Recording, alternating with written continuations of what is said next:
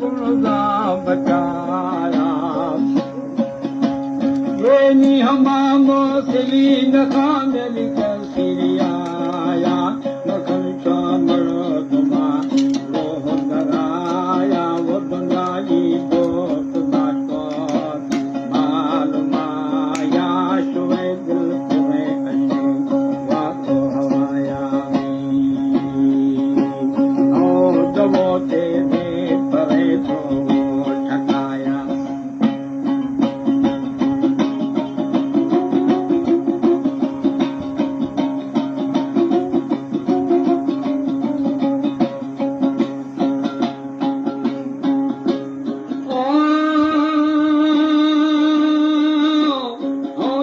भाभी मुने किनारा बजाया ये निन्न खन्नत लागरे तो सजाया जिला हम चौकसी भाभी दफाया कि मना एका कला पैदा खुदाया हमें तीजा करो दोषी अजाया मजारे नली खली दली कहने गुटाया ये नी हजार हीला कने दर्द दवाया जगत को शकले साह बचाया वो गरु गिरिया चले की बबाया फला खंदा परा माते पराया ओ पुराने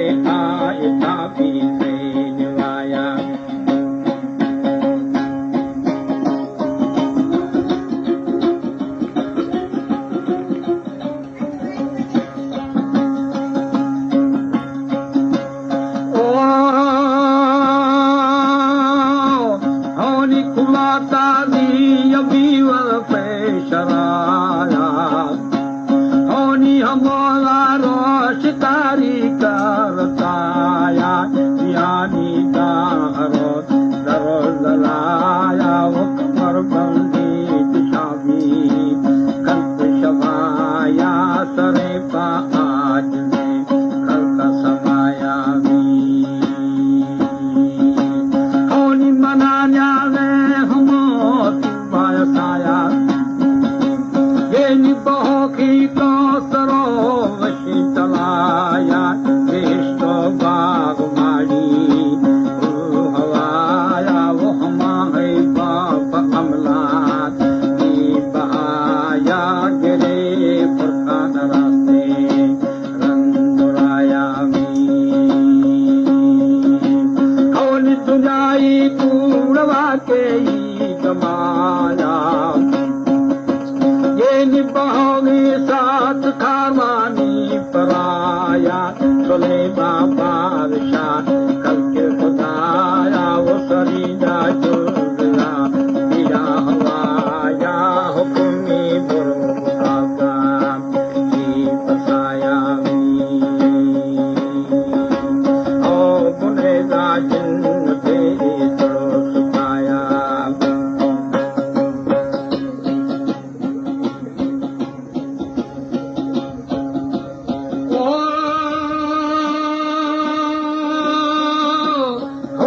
हमा चौड़वाने की दुनिया ये निफलाती नी सगा हम जाया तुझा कारो माल दुनिया वो तुझा शाही सिकंदर वो सिपाहा हमार लो जाने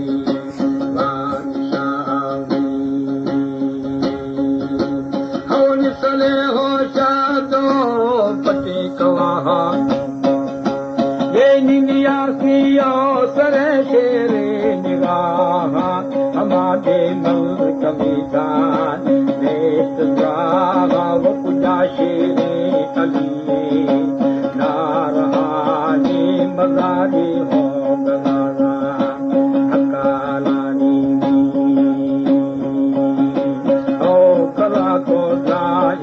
जोरे सवानी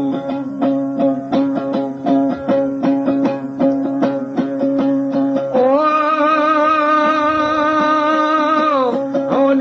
सरकश यहूदी का फलानी ये निसरीना चातरा